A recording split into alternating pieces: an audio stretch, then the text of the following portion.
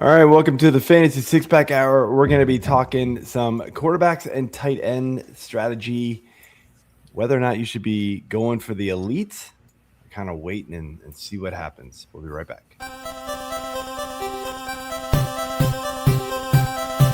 The Fantasy Six Pack Hour.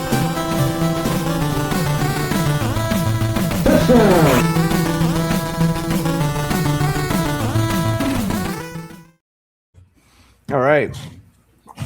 Welcome to the Fantasy Six Pack Hour. My name is Joe Bond, founder of FantasySixPack.net. With me, as usual, AJ Applegarth and Corey Pieper. What's going on, man? Is it super smoky where you guys live? AJ, I see your Phillies. Yes. They're playing in the middle of the hellscape. So I haven't even watched any of the game yet. I meant to put it on to check it out. I know they started an hour earlier to try to get out of some of the shitty air quality. But seriously, stand outside 5 minutes in Wisconsin right now. Your eyes start to burn. It's wildly bad here. Wow. We had those. I mean, we had those down here a little bit last year. I remember. It's pretty bad. Yeah. And I just know that I'm praying that somehow this clears up a little bit. I know it's not going to go totally away by next week because Canton, Ohio. Right, yeah. That's going to suck. The Friday night party, ain't nobody going to stick around for that. We all going inside somewhere. So I'm hoping it clears up a little bit. Yeah. Jerseys and yeah, you name it. So, all right.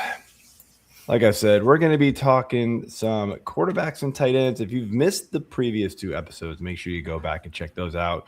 We went deep diving into running backs where we really kind of hammered the kind of the running back dead zone and kind of how you navigate through that, some other things as well. Receivers, just kind of the overall strategy there.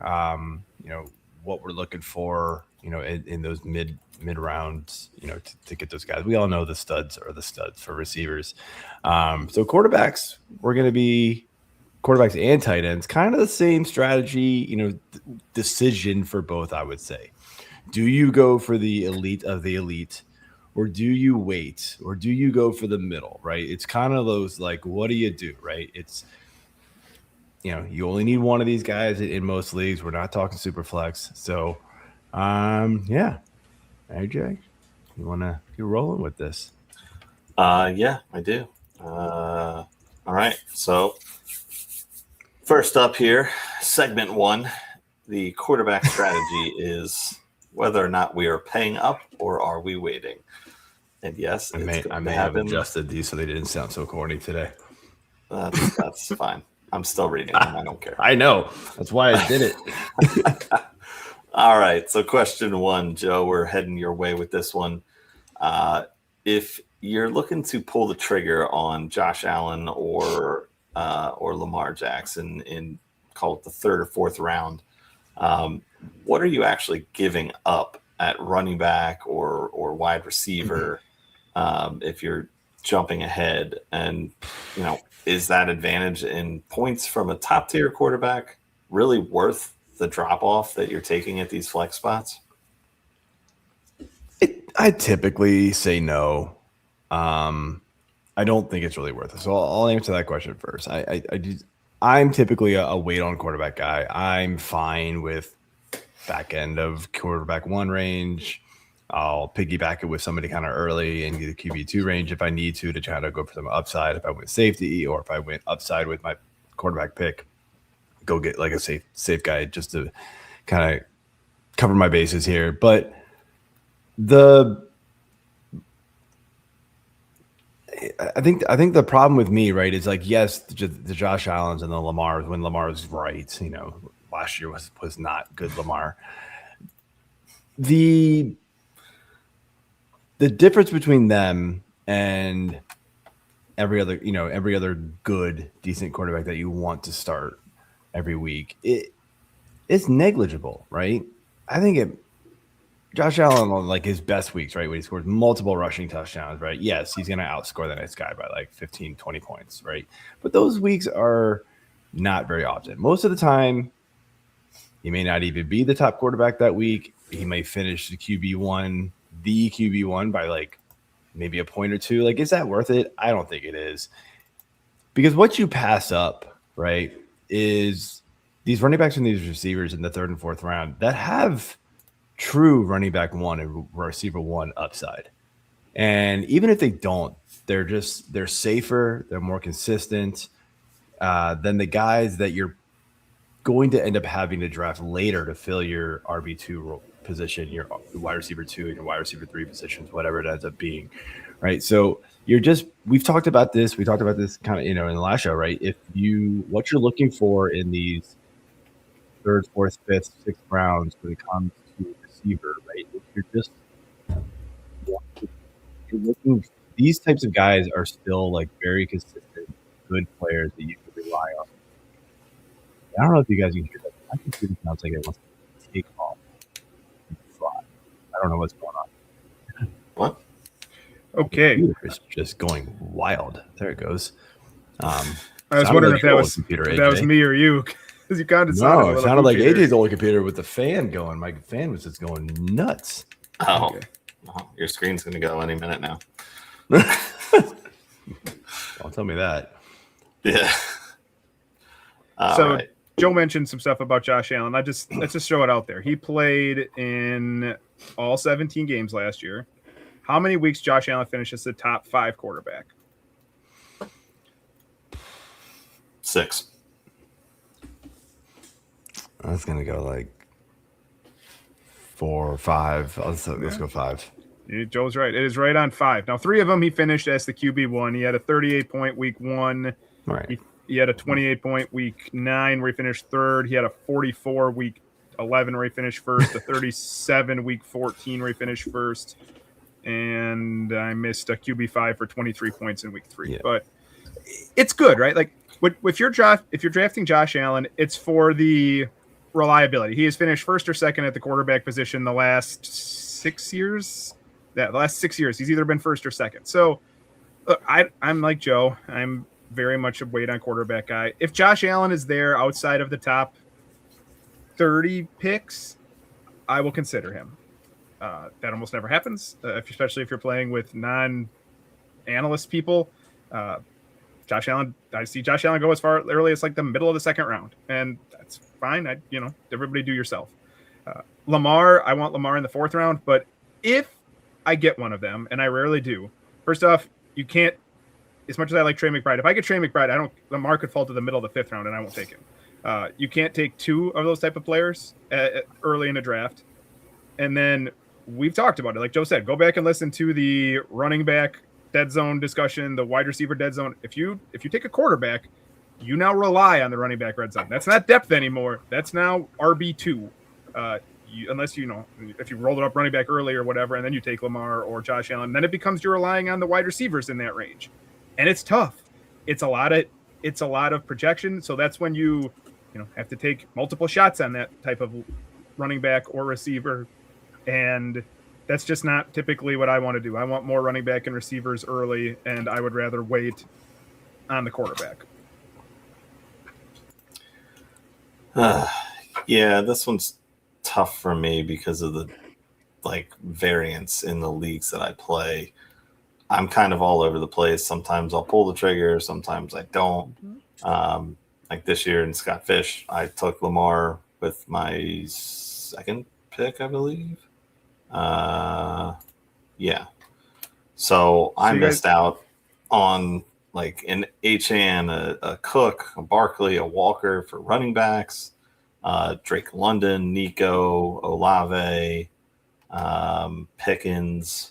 I know you guys mentioned player bonuses, but do you get is there a rushing bonus?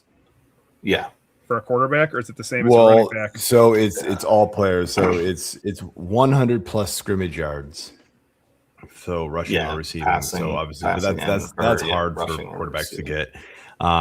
There is a bonus for a 40-yard running play, which is also hard for quarterbacks to get, or anybody. They're not going to get many of those. Yeah. The big bonus is the 20-yard or more receiving play. Yeah. So interesting. But there's like passing yard bonuses too. So sure. Okay. Yeah. But yeah, I mean, I was I wanted to lock up quarterback. This year is super flex, but you don't have to start 2 quarterbacks. You don't start any quarterbacks. I mean, you don't have to start any of them if you don't want to.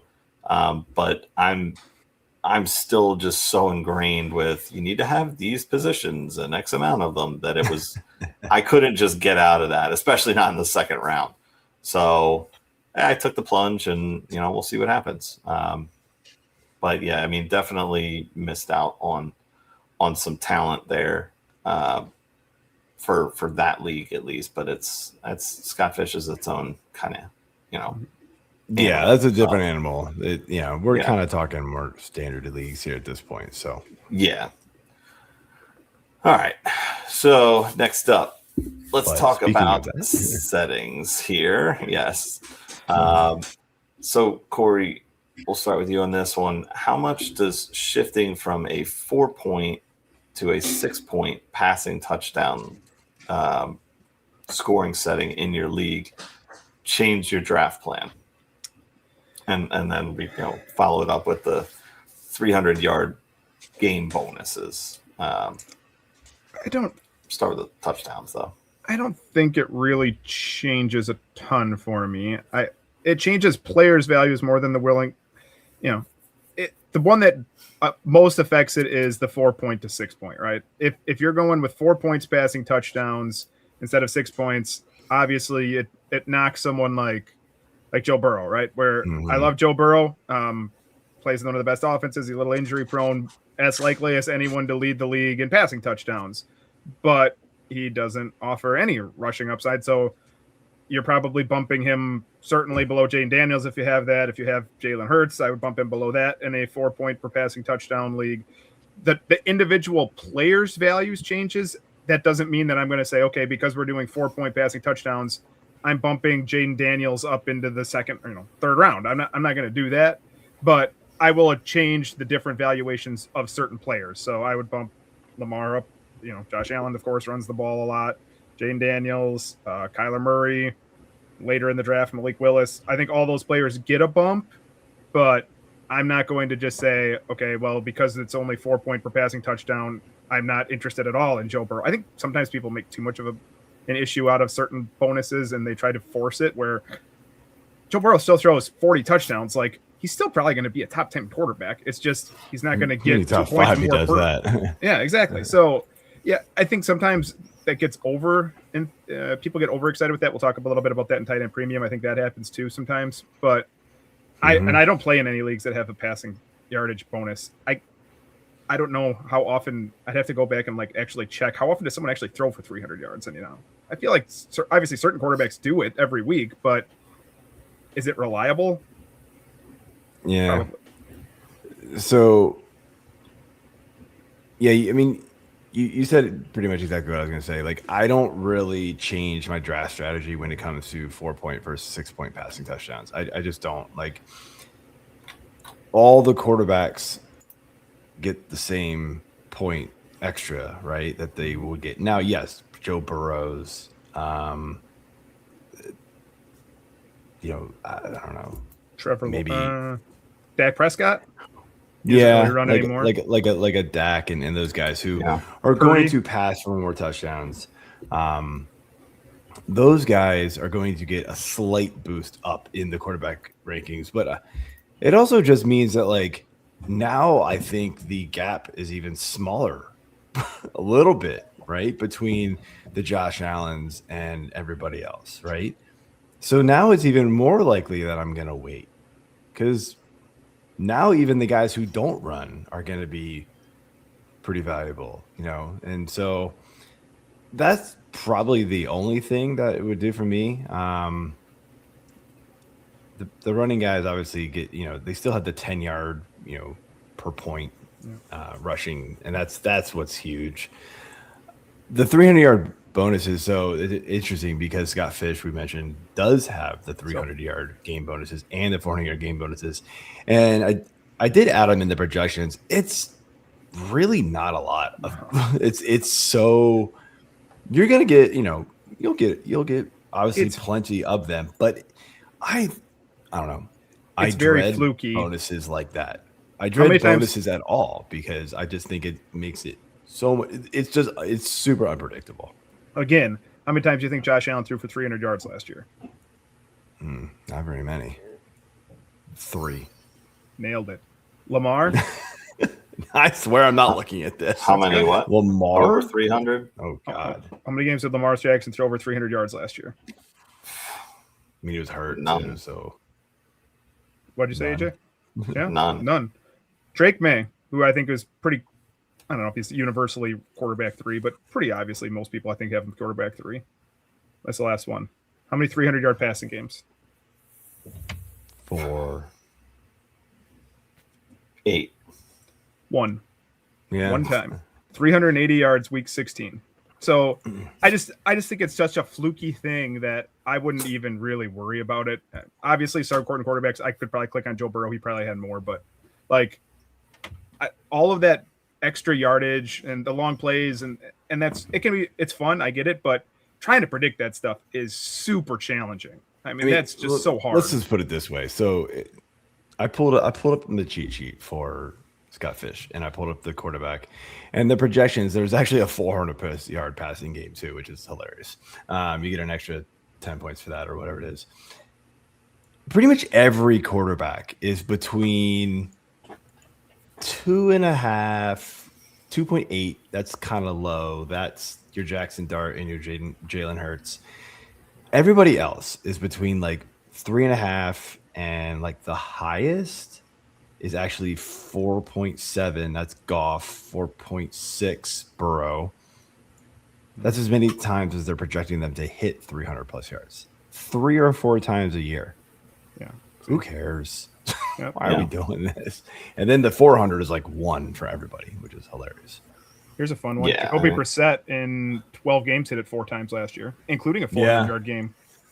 Just saying how hard it is to predict that. But if you're going to actually try to play it, that just tells me you got to find whatever offense ends up throwing the ball the most, try that. Because that's all it was, right? Like, All right.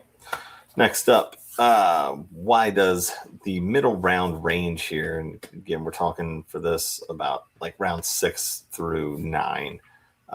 Why does this middle range feel like such a trap for the quarterbacks? And how do we avoid drafting the guys who are bound to regress? Joe? I think what happens, right, is we get the guys who like, oh man, they had a big year last year, so they're gonna keep it going, right? We've done it with Trevor Lawrence before, right? God, we're doing it again. It's one of those like, oh no, we've done it with Baker, right? Now he did it 2 years in a row and they completely flopped last year, so that sucked. Herbert's kind of in this range, right? Like he has been good, but maybe not, always consistent. I think what happens right in this range is it's the panic range. It's the, oh no, I didn't get Allen, Jackson, May, Burrow, Daniels. And Hurts used to be in that conversation. He's on the border of that conversation still. I didn't get one of those guys. I didn't get one of those like elite rushing guys or Joe Burrow, the absolute best passer in the game, right? I didn't get one of them. Oh, well, I can't wait too much longer or I'm going to get stuck with Bo Nix. Who cares? Bo Nix is fine. Bo Nix is really not much worse than Justin Herbert. In reality, a point per game difference between those two is not going to be a lot. Matt Stafford, if he stays healthy, right? Jared Goff. Inconsistent, sure, Jared Goff, but the point per game between those guys, like you don't have to panic and make sure that I'm filling my starting lineup before I go any bench players. I think that's also a big trap that people fall into is, well, I now have all my running backs and my receivers and my tight end. So it's round 9 or round 8 or whatever it is. No, I must draft my quarterback. Absolutely do not have to. So that's the biggest trap for me is just the panic. Corey? It's always, we talked about this same general vicinity with running backs and receivers. And you have to take something here, right? Like there's nothing safe in this range. We want it to be safe, but there's nobody safe here. So looking back at last year's quarterbacks, like I've done for the other positions, it's Bo Nix, Kyler Murray, Jared Goff, and Dak Prescott fell in that range. I think you're pretty happy if you drafted Bo Nix in that range last year. I think he pretty much delivered on that pick. Kyler did not. He got hurt again. Goff is like a tale of two seasons. When the Detroit Lions defense is good, Jared Goff is not particularly good for fantasy. When the Detroit Lions defense gets injured inevitably for some reason, like it happens every year, then he turns out fine, and Dak is good. So do I want to draft from that range? Just like Joe said, like, no, you don't have to have a quarterback from there. I'm fine waiting till round 10, 12, if and then take two of them if you really want to, something like that. I think that's fine. You can hit big. That's where Drake May was going last year, right? And now we're talking about him going early. So Matt Stafford was awesome last year, and he front like round 15 probably. So you can wait. He's going late again this year. I know, but people feel like, oh, I have a sitting empty spot on my roster, and it's at the most important position that scores the most points. I got to fill it, and no, you don't. As for touchdown regression, so 5 quarterbacks last year were over 6% touchdown percentage. Matt Stafford, Brock Purdy, Matt Stafford 7.7%, Brock Purdy 7%, Lamar 7%, Burrow 6.6, and Drake May 6.3. So 6% is like an elite mark. I think there's 15 qualified quarterbacks in the history of the league that have 6% marks. Aaron Rodgers and Lamar are the only 2 active ones who qualify. Brock Purdy would, but he doesn't have enough pass attempts. I've doubted Brock Purdy before. I remember one of the first articles I wrote when switching to fantasy football at Fantasy Six Pack called Brock Purdy a bust because I said there's no way he can repeat a 7% touchdown percentage. And the next year he went out and threw a 7% touchdown percentage, and 3 of his 4 years he's gotten to 7%. So maybe he can keep doing that. That's the Shanahan offense. It's really just like, I love Brock Purdy. I think he's good now, but it is very much the offense around him. So I see those 5 quarterbacks there. I'd be shocked if Matt Stafford completes 7.7% of his passes going for touchdowns again. But like Joe said, it's baked into his price again. It's not like we're paying for what Matt Stafford delivered last year. So if you want to take him again at where he's at, if that falls back from 7.7 to 6%, which would still be a really good mark, he's going to be really good. He's got 2 awesome receivers. I could see that happening. Purdy, I don't doubt at this point. I think Lamar will be better. And there's a reason that Burrow and May go early, right? So touchdown regression will happen to some people, but it can also happen positively it's really more about an offense around you, honestly, than typically the quarterback. So this mid 6 to 9, I don't typically take a quarterback there just because it's, unless somebody really fell, and that's kind of what I want to take. I'm not targeting anybody in the 6 to 9 range for ADP. I'll say that.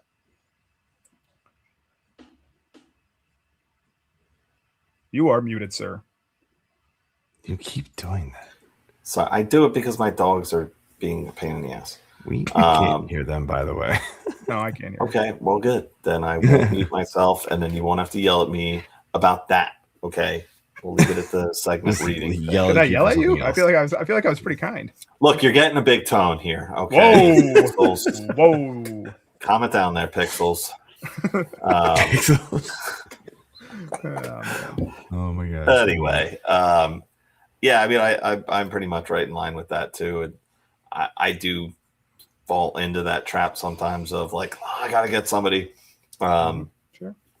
But with a lot of the keeper leagues and stuff like that, I usually have a quarterback late that's valuable anyways. So at that point, I'm really more focused on building depth because it's, because of everyone else's keepers too. So the depth is already short. Yeah. So you kind of got to reconfigure your whole plan for a league like that. If it's a standard non-keeper redraft league, I probably still will take somebody in that range, hoping one of those other guys, like maybe a Hurts, falls because whatever. But I don't see the other top 5 guys. Really, I will say this. I am starting to see why you don't want to wait too long on grabbing your first quarterback, because there are so many people now who take 2. Yep. And I've even seen it where people draft like Josh Allen, and all of a sudden they'll pair him up with like Jared Goff, and you're like, why? Yeah. Like, what's the point? I get it. If you draft Jackson Dart, you want to go take like Matt Stafford, whatever. Mm-hmm. And like, but I think that would if your league is like that and they're pretty much all drafted 2 quarterbacks, then yes, I can sort of see where, okay, the end, like the 8-9 round range, if that top 12, 13, 14 quarterbacks is kind of off the board already. Yeah, that panic starts setting in, and then all right, you've got to adjust to the draft board. You got to adjust your room and your league mates. But if they're more like the leagues that I think us 3 play in, where people typically wait a little bit more, I'm perfectly fine just letting it wait out and not panicking, even if by the end of round 9, 8 or 9 quarterbacks are off the board. I'm not going to worry about it. Yeah. If it gets to the point where there's just garbage left anyways, you might as well just wait at that point. All right, last question in this section here. Corey, we'll go with you on this one first. So if we're looking to completely wait on the quarterback, you're talking just late in the draft, like I don't even know, mid teens. What's the exact profile of the guy that you're looking to target? So if I'm waiting, typically it's going to be someone with some rushing upside. So last year, popular names in that range were like Kyler Murray and Justin Fields, and those didn't work. But Drake May was in that range, and he had rushing upside as well, and he was a big hit, right? Caleb Williams, pretty big hit. If you drafted in that, waited till that mid-range or beyond QB1 range to take a quarterback with rushing upside, but J.J. McCarthy was a big miss. So there's not like a magic formula that says all running quarterbacks have to be good. J.J. McCarthy could supposedly run. He wasn't good. Justin Fields has yet to master the forward pass, even though he runs like a running back. So those guys were misses. If you're going to look at this year, like I mentioned it last week, whatever week we're talking about it, I said, when we do sleepers, I'm going to have Malik Willis on my list if I get to the sheet first, because I love me some Malik Willis in that range, because I think there is an outcome where Malik Willis is a top 5 quarterback. Mm-hmm. Will he get there? I don't know. But it's in there. If he runs for 800 plus yards, and he can do that, but he might not come to fruition either. He could be benched for all I know. Maybe he looks terrible and Quinn Ewers steps in. But that's all in there. That's why these are late round quarterbacks, and you have to know that there's a little bit of inherent risk in it. The other way that you can hit on a big quarterback late is just a quarterback that throws the ball a ton. I just mentioned Jacoby Brissett was not a particularly, I don't think anybody thinks Jacoby Brissett's a particularly good quarterback, but for fantasy, he kicked out, I don't know, borderline QB1 numbers for a big chunk of the time that he was in there because he was throwing the ball 50 times a week. That's a good way to have success if you're just going to throw the ball constantly. So look at the offenses that throw the ball a lot. Some of the ones that you wouldn't expect, I think the Saints were top 5 in pass attempts last year. So Shuck is still kind of going pretty late. Yeah, he's actually got some rushing upside too. So those are the type of guys, if you want to wait, somebody who throws the ball a lot or has some rushing upside. All right. Yeah. I couldn't agree more. Those are exactly the guys I would go after. You're absolutely staying away from the guys. Like, I know people want to be like, oh, Cam Ward's second year. It's gonna. No, dude, Titans are terrible. Cam Ward looked pretty horrific last year. I'm not drafting him. I don't care. He's waiver wire fodder. I don't care. Stroud can sit on the waiver wire. Bryce Young can sit on the waiver wire. An interesting one. Sam Darnold's way down there. He was like, pretty much QB 12 for like a huge portion of the year last year, and then that offense just sort of it didn't fall flat, but like he just didn't have to do a lot. So it was just kind of like whatever. But yeah, I mean, if I'm shooting, if I'm punting the position, right, and I'm waiting till like the double-digit rounds and then some, there's a lot of guys down there that I guarantee you, one, if not two, of these guys will be in every week streamer for the first half of the year. And then at some point it's, now he's rostered in 90% of the leagues because he's a QB1 and he's been one all year. And it's just going to happen. And so, I mean, look, Baker, I just talked about him, right? He's down there. There was reports that he was playing with like a partially torn MCL or something or sprained MCL last year since week 2. Crazy. Like, I mean, that's not smart, and no wonder you sucked. So yeah. That was great. So yeah, I mean, would anybody be surprised if Baker Mayfield bounces back? You know, he's still got. I know he lost Mike Evans, but that offensive line can stay healthy. He's still got Godwin. Ibuka's on second year, right? McMillan's still around. They drafted some kid too. If pretty sure all the teams Bucky Irving. They drafted. I think they drafted. What I meant is they drafted another receiver. Bucky Irving, if he bounces back, you know, that's just. There's a lot of things that could go right for Baker, and so he could be a super late round guy. Like those would be the types of guys that I would want. Like, and honestly, like Corey, I know you're gonna crush me for this. I wouldn't draft Jordan Love if I waited that late. He would not be a target of mine. He's just there. They're way too willing to run the ball, and whenever they get inside the 5 yard line, they want to run the ball. He's a much better player in real life than he is for fantasy. Yeah, I agree. But yeah, whenever they get inside the 5 yard line, it's we're going to run the ball with Josh Jacobs 3 times, and if we have to, we'll have Jordan Love throw it because they just really want to run the ball. So yeah, I actually do agree with that. I'm not a huge Jordan Love guy for fantasy. Yeah, and I don't want to cut you off, AJ, but like just a real quick mention here. Like if you're cut out, I'm just looking at some of these guys who finished top 10 in fantasy weeks last year. Yes, streaming is annoying. I understand people don't like the idea of streaming. Week 2, Russell Wilson was the second scoring quarterback last year. He is now out of the league. Marcus Mariota finished 6th in week 3. Like, you can do it. These are not players that are good. Carson Wentz finished 8th week 4. So I know people get terrified when they hear the word streaming. You can do it and cobble together a top 10 quarterback for big chunks of the season. Dude, it legit used to be a thing people would do. They would just stream the quarterback all year long. And now people draft 2 quarterbacks to block streaming. It's like legit the reason why people do it. And these running quarterbacks get hurt a little more often. But I mean, that's, you know, why most of my leagues started doing it, even industry leagues. They're like, well, screw the streaming crap. We're just going to draft a second quarterback. Matt Jones had a top 10 week. Joe Flacco had multiple top 10 weeks. Oh my gosh, yeah. Brissett.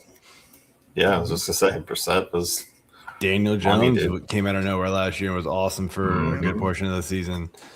We're gonna be surprised. You know, week 10. Here's a good one. Week 10, top scoring quarterback for week 10, Davis Mills. 28.7 fantasy. Oh points. My god, I totally remember that.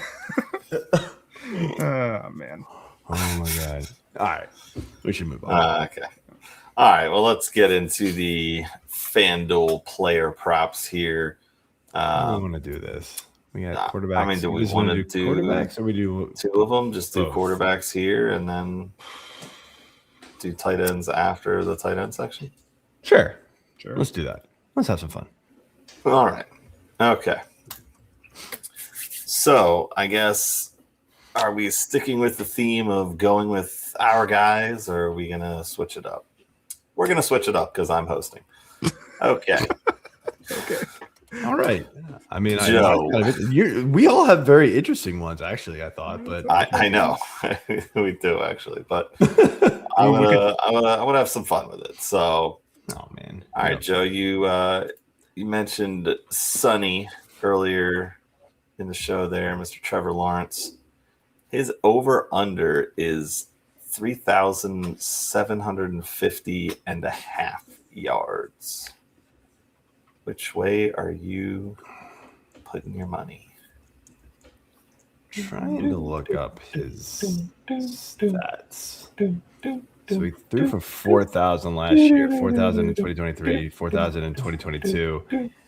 I'll go the over. You know, they got rid of ETN, and you know, I really like Tootin. I know they like who they have there, you know, to run the ball, but I just think that's going to mean more passing attempts for Trevor Lawrence when it's all said and done. And right now his projection over on Fantasy Six Pack is like 3,800, so it is over pretty close. But I actually think that could be a little low. I mean, even in some of his bad quarterback years, right? Bad quarterback years for fantasy, he's thrown for over 4,000 yards. So you know, now he's got, you know, his trio of receivers for the whole season now with Myers. And who knows Myers, Washington. Thomas Jr. If Hunter's in there. Yeah, I was going to say, stuff, if Hunter's there, and I still love me some Brenton Strange. So I was just going to say, you're all about that Strange. They also picked up Chris Rodriguez too. So I mean, that's right. That's kind right. of more of a receiving back than a rushing back. So yeah, I like you over there. I'm into it. Corey, I'd take the over. Oh, okay. I'm getting a different one. Oh, well, yeah, that's fine. You can answer this for you. I agree with Joe's Trevor Lawrence getting the over for what it's worth. All right. Okay. For you, Let's go Dak for him. He did mention Dak. I think this is. I was gonna go another one, but all right, that's fine. Yeah. You said you were leading the show. You pick me who you want, AJ. We're going. Yeah, you're right. Dickhead. Anyway, we'll stay in the tease here. Prop for Dak. Damn. And we will go with Tyler Shuck. His over under is 3,600 and a half. I just hate the Saints so much. Let's see here. Tyler Shuck. So I already said, I think I was wrong on Tyler Shuck. His rookie season, when he got out there, was substantially more impressive than I was going to give him credit for going into the year.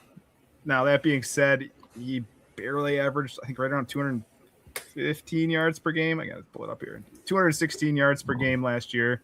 Remember, they were splitting time with him and Spencer Rattler. So that's gone. Don't have to worry about that anymore. Barring injury, Chuck should get in there for all 16 games. What did you say the number was? It is 30. Where do you go with it? 3,600. That's really close. That's like dead on his average. 1,300 more yards than what he did last year. Well, but he didn't play in every game. Yeah. Well, I know. Better receiver, but in 11 games. So. It's interesting. Joe mentioned Travis Etienne leaving Jacksonville. Travis Etienne going to New Orleans and getting a few more carries. I'll actually take the under on that. I'll take the under. It's close though. I don't think it's substantially off. I think it's a great number. I think he's somewhere between like 3,400 and 3,500, somewhere in that range. So I'll take the under. Yeah. Yeah, I mean, we don't know if Kamara's got anything left. I mean, I'm guessing it's none, but got $6 million though. Yeah, I mean, they're keeping him for something. Yeah. Olave had finally a breakout season. Is he going to be healthy again this year? Who knows? Jordan Tyson, I do like, but again, rookie Juwan Johnson also good. I mean, he's got some talent to try to get there, but I'm probably leaning under on that too. Okay, so for me, are we allowed to pick this one? I guess. Guess. Yeah, it makes more sense. All right, Corey. What I don't have the numbers up, so you do it. Well, I'm thinking, yeah. Okay. So I have them up. If you say the name, I have them up too. So okay. I either want to give him Caleb Williams or Brock Purdy.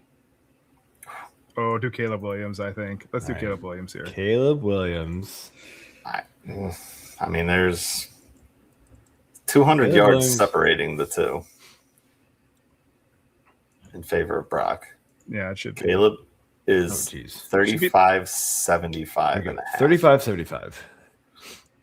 Guess what? At negative 114. That's their go-to number. They all are negative 114. They will likely change, I would hope. 35. I feel like that's deep, but maybe not. That should be. Trying to look where the hell this damn thing is. Dude, he hit it. He hit it his rookie year. This is like he almost hit it his rookie year. He was just under it, but he crushed it last year. Low for him, I think. Yeah, I mean, he loses DJ Moore. DJ Moore is gonna do anything. I think that actually helps him. DJ Moore was not good in that offense, man. No.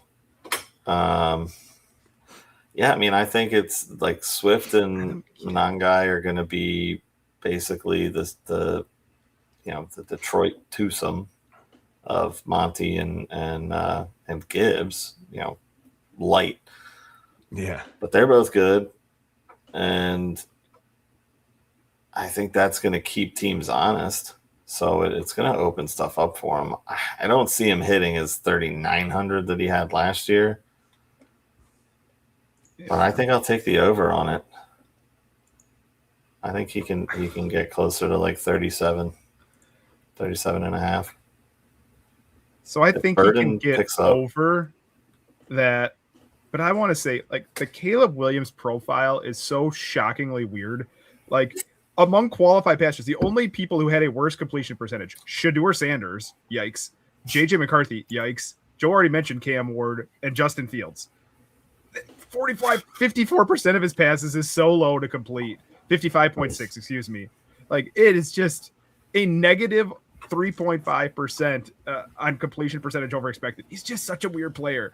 He's just hunting all the big plays, which is how he gets these numbers. And it can work, but well, I mean, that was the one thing, that DJ Moore brought was more that deep threat. And, he had a handful of those, big gains and everything. Mm-hmm. That's about it.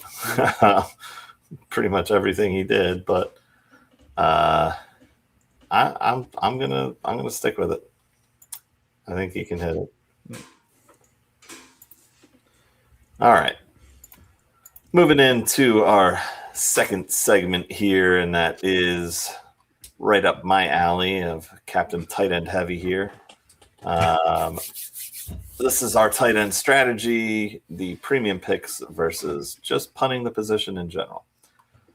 All right, Joe, we'll start with the big two here, Brock Bowers and Trey McBride, clearly going very early in drafts. But do these guys actually give you enough of a weekly head start over the replacement level tight end?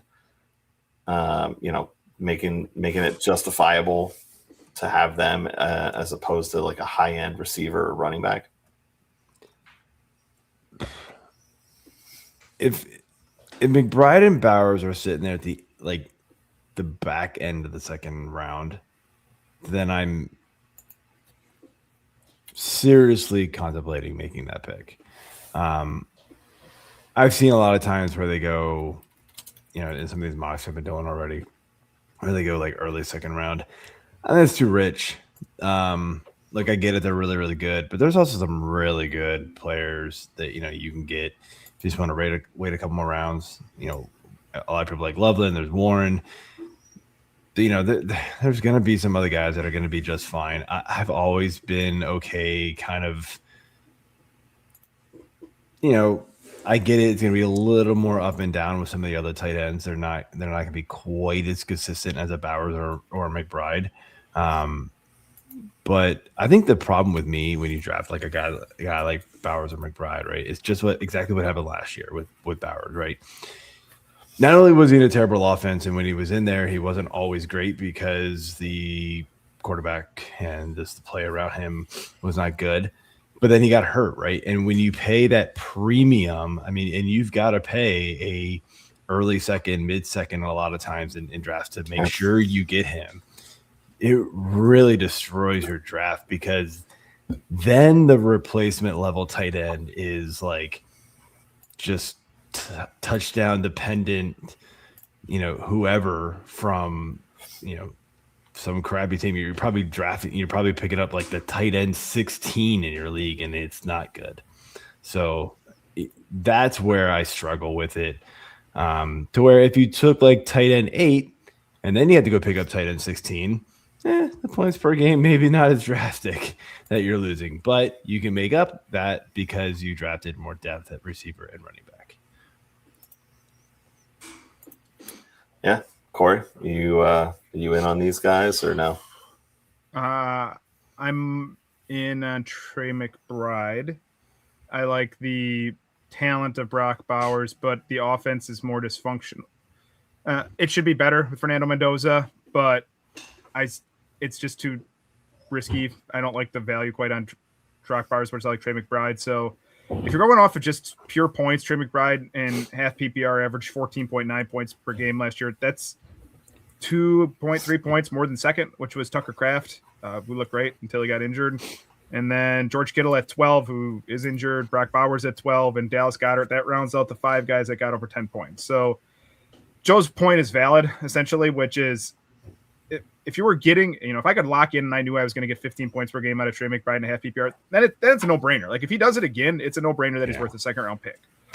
Do we know are they going to, what happens if they don't need to throw the ball 580 times a game or whatever it was last year, right? What was if or 580 times a season? What was if they cut it down a little bit? Well, that's the reason that he might not deliver on that. Because if they throw it that much, I think Trey McBride's fine at that price.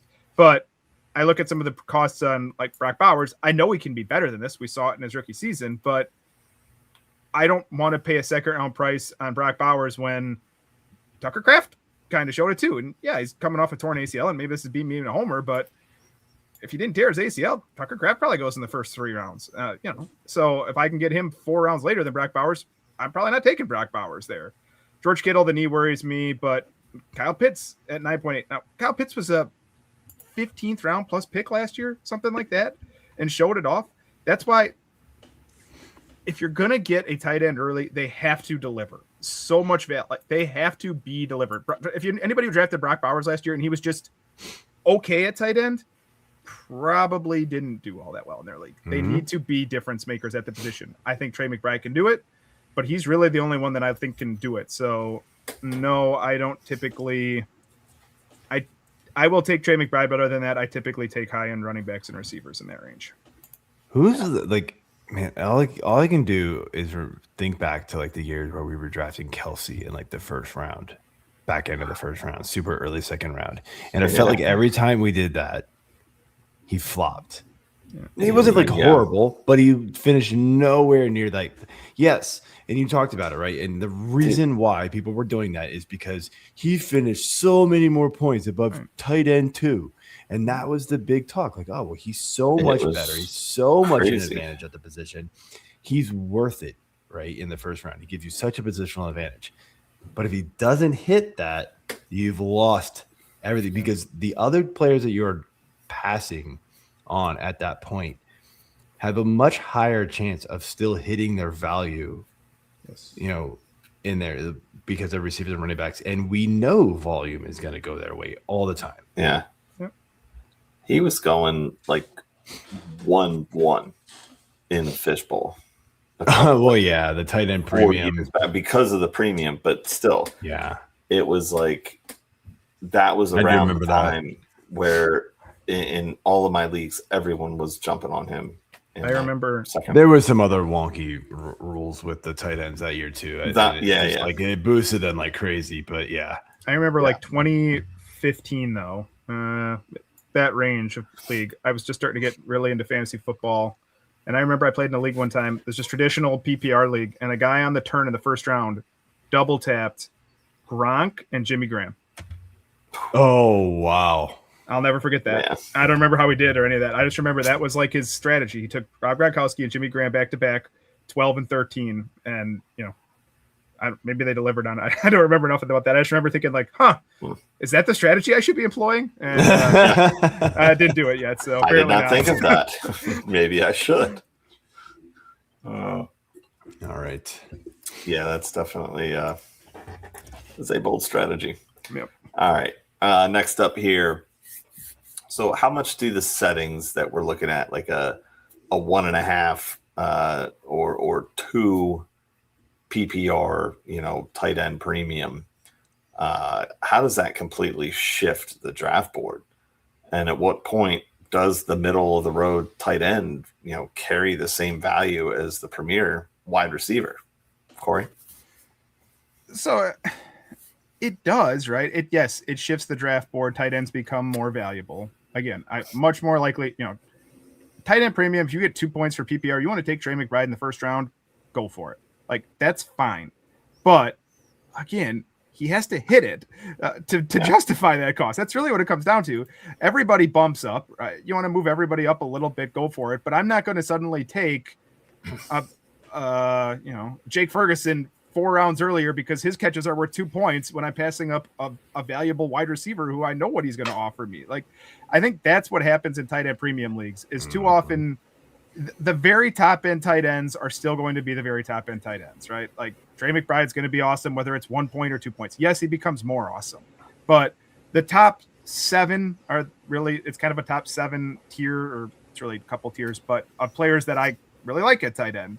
So if you want to bump them up and say, okay, well, I can feel good about this, go ahead, but don't just say, okay, well, because I get 2 points at tight end, I have to make sure that my flex is a tight end. I have to have Dalton Kincaid. Like, you don't really need to have Dalton Kincaid. You can do just fine with drafting a running back and playing him at flex, even though he only gets 1 point per reception or whatever. That's where I think people get carried away on tight end premium leagues, is saying I have to have at least 2 tight ends and they're so good. It's you don't. The very good ones continue to be good, but the mid tight ends don't gain enough value to me typically, where I say I have to make sure I get extra tight ends on my bench. Yeah, and just to hammer your point home, man, like, so Scott Fish, right? Granted, it's all flex, and it is like super flex, possibly if you want to, right? But it's also tight end premium. Now, people have gone crazy with this, right? On the turn, somebody went Loveland and Warren. They passed up on Justin Jefferson, Driglin, AJ Brown, Jonathan Taylor, Achane, James Cook. Nah. I'm taking all those dudes before them. Even in tight end premium. Hell no. Someone in round 3 took Harold Fannin, passed up on O'Marion Hampton, Garrett Wilson, Lad McConkey, Chris Olave, Brown. Like, no, what are we doing? I ended up getting Kraft, and sure, I passed up on Walker and Igbuka and Breece Hall. That felt like what round was that? That was end of round 4. It's not bad. I love me some Kenneth Walker, but I don't think it would be a huge surprise if Tucker Kraft in a tight end premium league could outscore or come close to him. And he could possibly have a weekly ceiling, slightly higher here and there.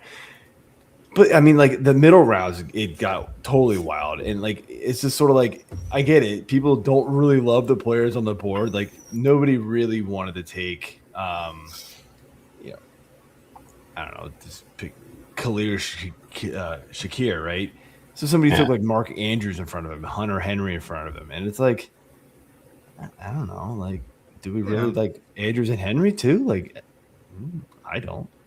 I don't think the volume is going to be there for those guys to be tight. That's the other thing. It only really helps the volume for receiving tight ends. It doesn't really help the, like, I don't know, Mark Andrews at this point, right? Where he is pretty touchdown dependent. He's still touchdown dependent in a tight end premium league. So it just, don't get too carried away with it. Yeah, I mean, you guys said it. I'm not enough there. So, all right. Next up here, if we miss out on these top elite guys, how do we want to handle the highly hyped young players stepping into these bigger roles like a Loveland or Tyler Warren versus some of these unexciting veterans with solid but safe floors? John, we'll start with you. At their cost, I'm probably out on Loveland and Warren. I like them. Just where they're going, I'd much rather have the other guys around them. I think you also have to be a little bit careful with guys like Loveland. Like, we're projecting this, like completely projecting this. I know we showed signs of it last year, but like, we don't know if he's going to be the number 2 target on the Bears. Right? No idea. Like, that's kind of what you're projecting him at to go with tight end 3 at this point. Warren was awesome in the first half last year, kind of stumbled down the stretch. So we don't really know if it's for real or not. Sam Laporta goes around there. We've seen him be really, really good and also really, really bad. So I don't know what we're doing there. Harold Fannon's another guy. Like, he was great at times, do we really trust this offense? There's just a lot of like unknowns with those young guys that I'm not sure I'm willing to go take them over. Like, I don't know. Why is Jake Ferguson going so late? Like, he's so good. He's just, he's just there. He's gonna catch 4 to 5 passes most games, and he scores plenty of touchdowns because, like we just talked about, Dax throws a lot of touchdowns. Sure, Lamb and Pickens are gonna take most of that, of course. Yeah, I think at that point, like, if I've missed out on Bowers and McBride, if the value is there for them, I'm kind of out until I can get, like, I'm perfectly fine with Ferguson. I'll take my chances on like a guy like Isaiah Likely maybe later. That's a younger player who's stepping into a new team, possibly new role. He will be the tight end 1 ideally on that team. I don't think Theo Johnson is going to take him over. Rondé Gadsden would be another younger guy that I would be potentially okay with because he's going so much later. I don't really want to take a chance on a young player at any position. We're just like, oh, he did it for 4 games last year, so he's going to be awesome in year 2. Good luck. Corey, what about you? Muted. I said, Corey, what about you? And then I clicked on it. I was muted. I don't know how that happened. Yes. Oh, man. Look at that. All right. No, I said Corey was muted. I don't know what I did there to unmute myself. You just said muted, to be fair. I am back. So. But there are 7 tight ends that I like towards the top, and it includes the 2 young guys. Now, I've seen Colston Loveland sneak into the 3rd round. No, I'm not taking Colston Loveland in the 3rd round. Like, if he falls to the 5th round, sure. Then I'm interested in Colston Loveland, but I'm not going to overpay to get Colston Loveland, Tyler Warren on my team just because I project more upside. Could they deliver on it? Sure. Like Joe said, if Colston Loveland finishes 2nd on the Bears or 1st on the Bears in targets, is he going to pay off on that? Yeah, he probably will. Tyler Warren looked great until Daniel Jones got hurt. We'll see how much that bounces back. But if I miss out on him, which I'm okay doing that too, then I'm just going to wait. Like you said, I don't want to touch the middle rounds at tight end. I've seen Travis Kelce fall to like the 13th round. Fine, I'll take Travis Kelce in the 13th round and know that he's going to give me like 70 catches for 700 yards and 5 touchdowns at this point and probably finish. I think he still finished the top 5 tight end last year. He'll probably still finish borderline top 5, somewhere in the top 10, and you can get him really late now. So I'm good with him in that range. And then I just kind of look at Joe mentioned Rondé Gadsden. I like Rondé Gadsden. I'd have been all in on Rondé Gadsden if they didn't sign David Njoku. I'd be all in with McDaniels and his love of tight ends. I saw Jonnu Smith go for nearly 1,000 yards with Mike McDaniels, and Rondé Gadsden's a way more talented tight end than that. So I like Rondé Gadsden in that range. If I'm really waiting, like, I'll take Greg Dulcich if I wait till the 2nd to the last round of the draft and I'd wait and take my kicker and defense after that. I guess it'd be the 3rd to last round. I will take Greg Dulcich. If you give me a tight end who has a chance to leave his team in targets, sure. Like Chigakonkwo on Joe's Commanders right now, until someone else is signed there, right now he's the 2nd most reliable target they got. Like Terry McLaurin, Chigakonkwo. So if you just want to find someone who can get targets, and Dulcich could get him, Okonkwo could get him. I think the Giants paid up Isaiah Likely. Now he's going a little higher. I don't have the ADP. If I want to say he's borderline top 12 tight end right now, but I don't think they gave him a bunch of money to sit and run around out there. I think that's kind of to try to help Jackson Dart not have to run like a crash test dummy out there all the time. So he's like tight end 13. Tight end 13. Yeah. It's a little higher than I'd Jackson's like. But like 16 or 17. Okonkwo is like almost tight end 20. I mean, look at how Daniels made the ex-Eagle who blew his knee out late last year. I don't know. Zach Ertz. Zach Ertz. I mean, look, Zach Ertz was good. I mean, tight end dependent or touchdown dependent, but Ertz was really good. Yeah, Okonkwo can't do the same thing. If not better. So it's if you don't get a good value on one of the early ones, just just be very patient at tight end. I do not want to touch the mid tier at tight end, and that was my strategy last year. Nobody wanted Tucker Kraft last year. Nope. You know, he was or Kyle good. Pitts. He was free. There was probably leagues Kyle Pitts wasn't drafted in last year. That's true. Yeah. I mean, Harold Fannin wasn't drafted. Nope. I picked up Harold Fannin in a dynasty league after like 2 weeks last year. Yeah.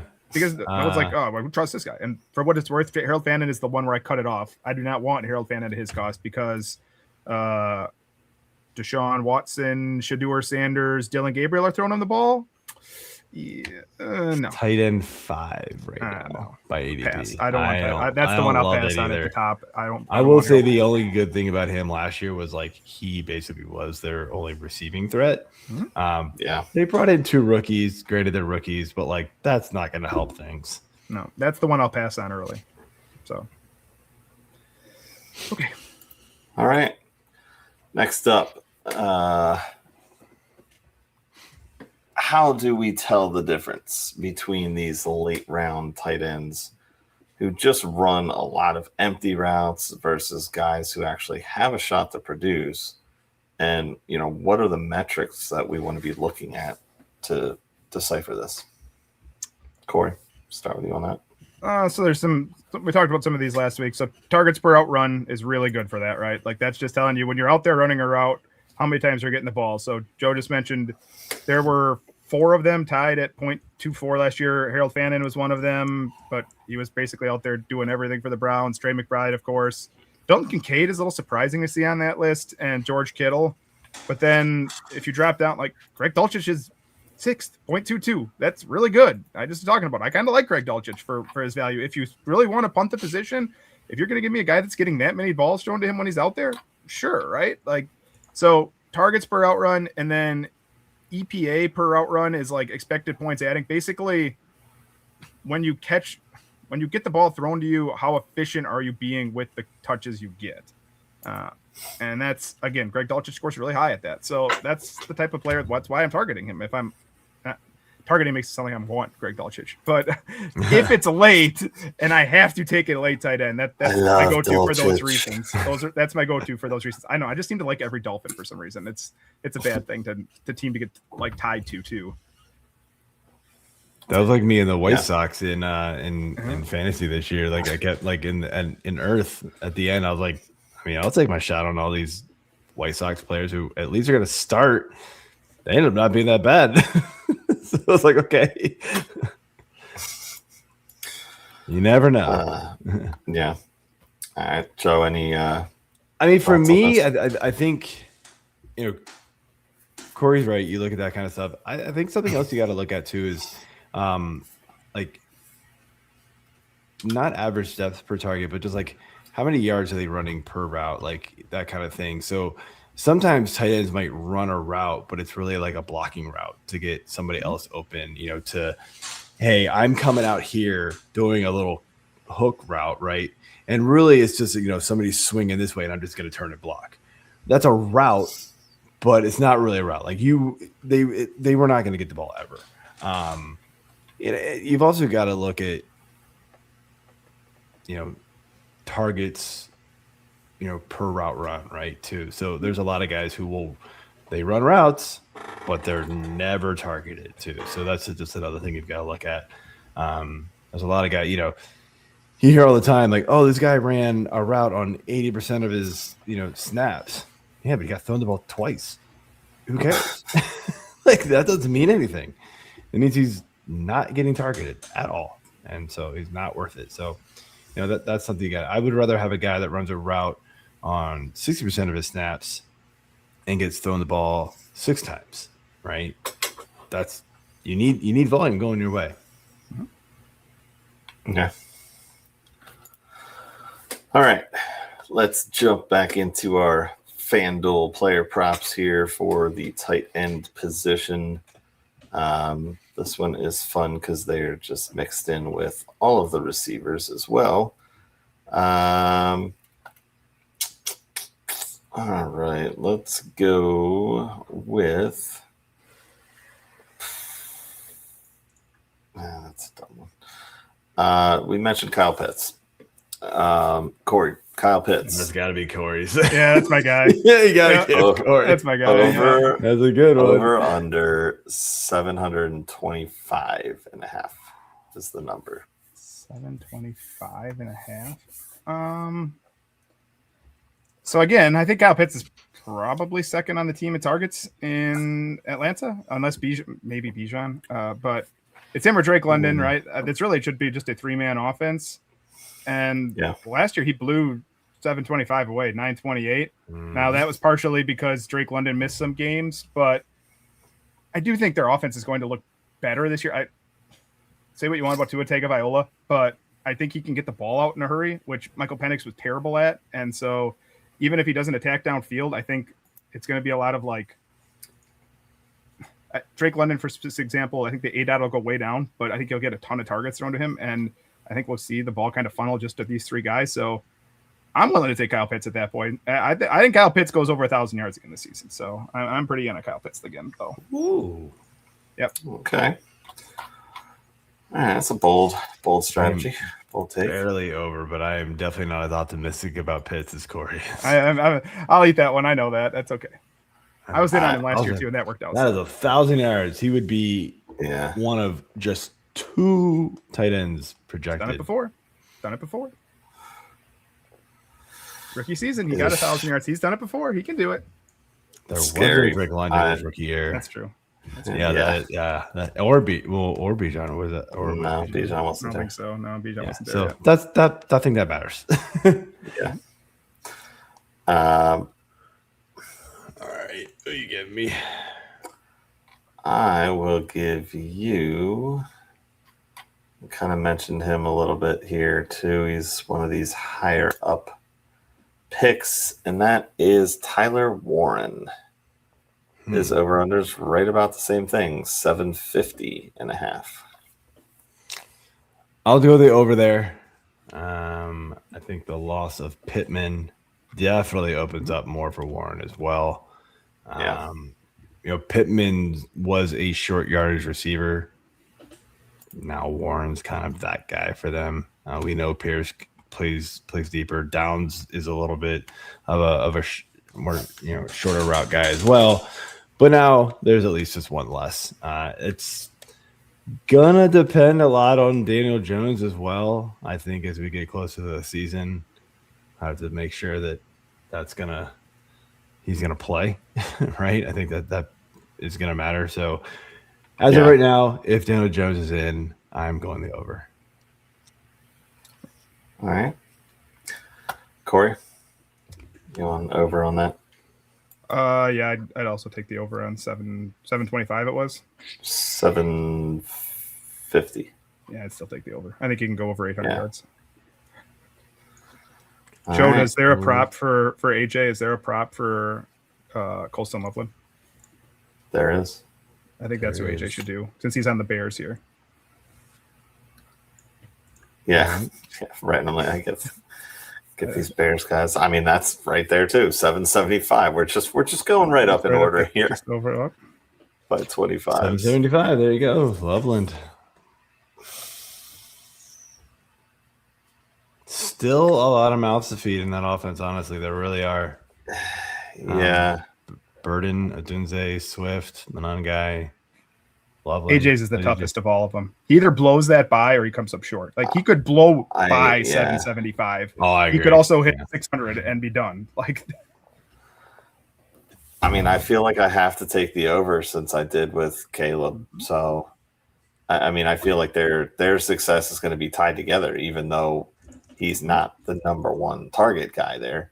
But you also still have Cole Kmet too. I mean, he's definitely farther down the pecking order, but he's still trusted. So, yeah, I'll take the over. I don't love it, but I'll take it for right now. Cool. So, all right.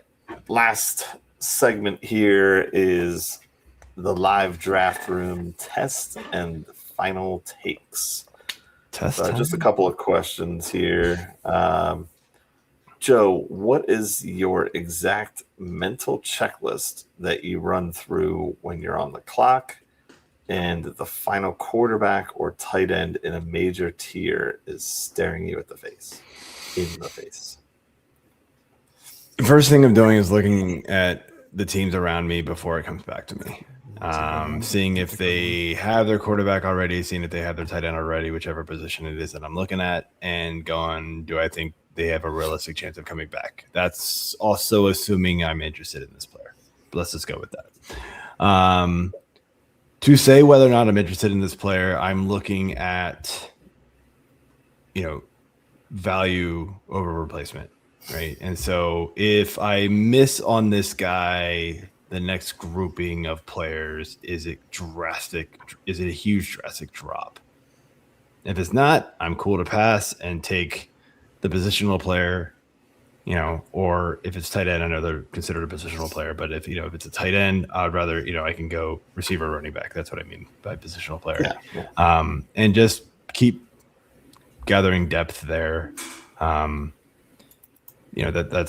That's typically what I do. And again, our cheat sheet does a great job of giving you that kind of value replacement, right? It lets you know during the draft, the values change of all these players based off who's gone, who's still available. And you can see, well, if I miss on, Dak Prescott, and the next quarterback up is, I don't know, Jackson Dart, is it a big deal if I miss? And it might not be. Maybe it is, and that's what that sheet helps you determine. Yeah, I can go quick here. Joe's advice about the tight end, checking other teams is awesome. I didn't even really consider that, but that's great advice. And other than that, I'm assuming that if I'm looking at a quarterback or tight end, it's someone that interests me. And then I just look at running back and wide receiver and say, is there somebody that I'll be disappointed if I don't have on my team, right? If I feel like the running backs and receivers are all still equivalent, or I can get somebody equivalent in the next round, that's kind of when I'll take a quarterback or a tight end. Alrighty, Corey, last question here for you is, if you're looking at, from a pure draft value standpoint, what is the highest round where you flat out refuse to draft a quarterback or a tight end because the opportunity cost of passing on running backs and wide receivers is just too high? I'll never take a quarterback in the top 2 rounds. I said, if Josh Allen somehow fell outside the top 30, I would take him in the back of the 3rd round.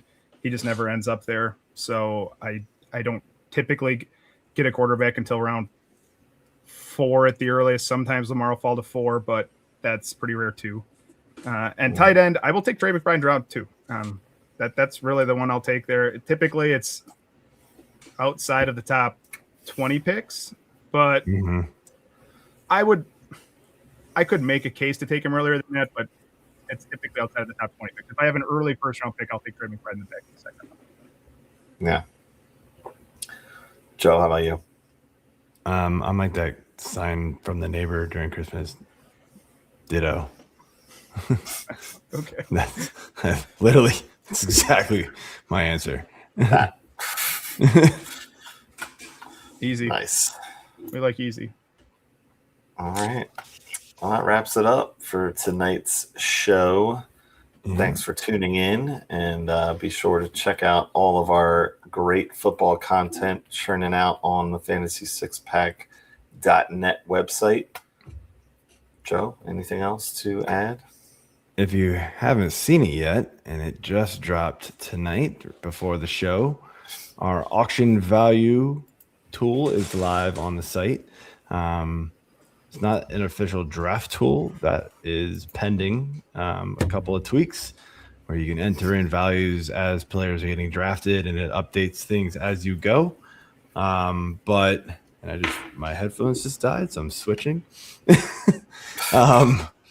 But the actual values that the actual thanks. I just got that in on time just to hear that, by the way. The actual values for 12 team, $200, 260, whatever it is that you have, PPR standard, half PPR, are up. It's pretty cool, and it will update daily. So go check that out. Members, of course, get access to the full thing. F6P Pods gets you 15% off. And of course, if you're still listening, watching, please hit that like button, subscribe, leave comments. We'd love to hear from you. And next week, what are we doing next week? Ooh, talking some ADP. Let's do it.